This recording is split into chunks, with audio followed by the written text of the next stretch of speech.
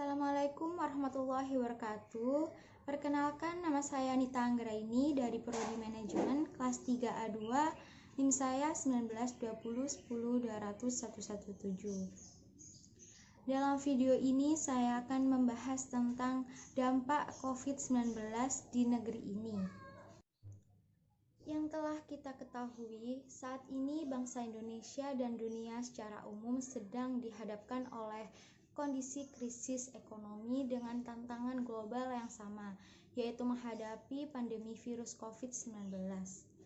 Tak ayal berbagai media menyampaikan dampak negatif yang ditimbulkan sehingga memunculkan keresahan sosial, apalagi banyak sekali berita hoaks yang bermunculan terkait COVID-19 ini. Karena itulah salah satu bentuk upaya untuk menciptakan ketahanan nasional dan keteraturan sosial dalam kehidupan bermasyarakat adalah menciptakan equilibrium atau keseimbangan, solidarity atau kesetiakawanan, conformity atau keteraturan, dan kohesi atau kesatuan yang kuat.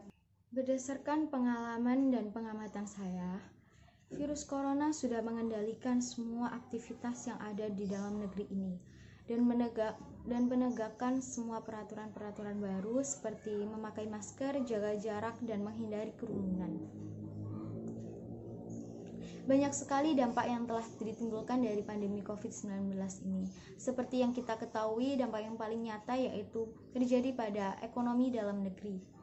Kementerian Keuangan menyampaikan bahwa dampak corona yang sudah menjadi pandemi global ini membuat sektor menjadi terpuruk. Seperti yang telah tercatat oleh Kementerian Keuangan atau Kemenkeu, setidaknya ada beberapa mudarat yang disebabkan oleh wabah tersebut. Seperti pada tanggal 11 April 2020, lebih dari 1,5 juta karyawan di PHK dan dirumahkan. Kedua, pada Maret 2020, Purchasing Manager Index atau PMI Indonesia mengalami penurunan level di bawah 50, yakni hanya 45,3. Ketiga, lebih dari 12.703 penerbangan di 15 bandara dibatalkan sepanjang Januari hingga Februari, dengan rincian 11.680 penerbangan domestik dan 1.023 penerbangan internasional. Keempat, Himpunan Hotel dan Restoran Indonesia memperkirakan penurunan tingkat okupansi sekitar 6.000 hotel di Indonesia dapat mencapai 50%. Ini bisa mempengaruhi turunan devisa pariwisata lebih dari setengah tahun lalu. Dan ini dikarenakan oleh PSBB yang telah terjadi pada bulan Maret hingga Juli 2020. Inflasi pada bulan Maret 2020 tercatat sebesar 2,96 year on year atau YOY, disumbang oleh kenaikan harga emas perhiasan serta beberapa harga pangan yang melonjak. Meski terjadi deflasi pada komoditas aneka cabai dan tarif angkutan udara, tetap saja inflasi pada bulan Maret 2020 tetap menurun.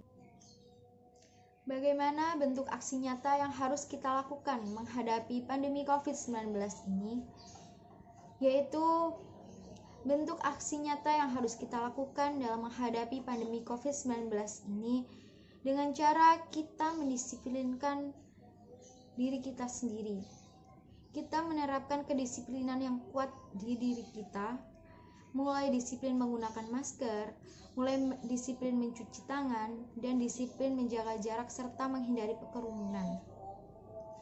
Dan ini harus dilakukan secara terus-menerus, secara bersama-sama dan tidak boleh berputus.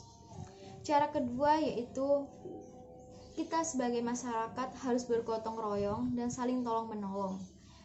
Dalam menghadapi pandemi COVID-19 ini, kita tidak saja peduli dengan bagaimana mengatasi pandemi corona, tetapi juga peduli dengan roda ekonomi masyarakat tetap bergerak dan berputar, serta adanya berbagai aluran tangan untuk bantuan kemanusiaan.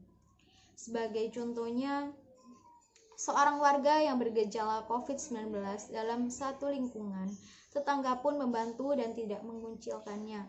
Ini menjadi salah satu contoh dan harus ditiru. Gerakan-gerakan saling membantu inilah yang harus ditingkatkan dan dimunculkan ke permukaan, bukan untuk disombongkan.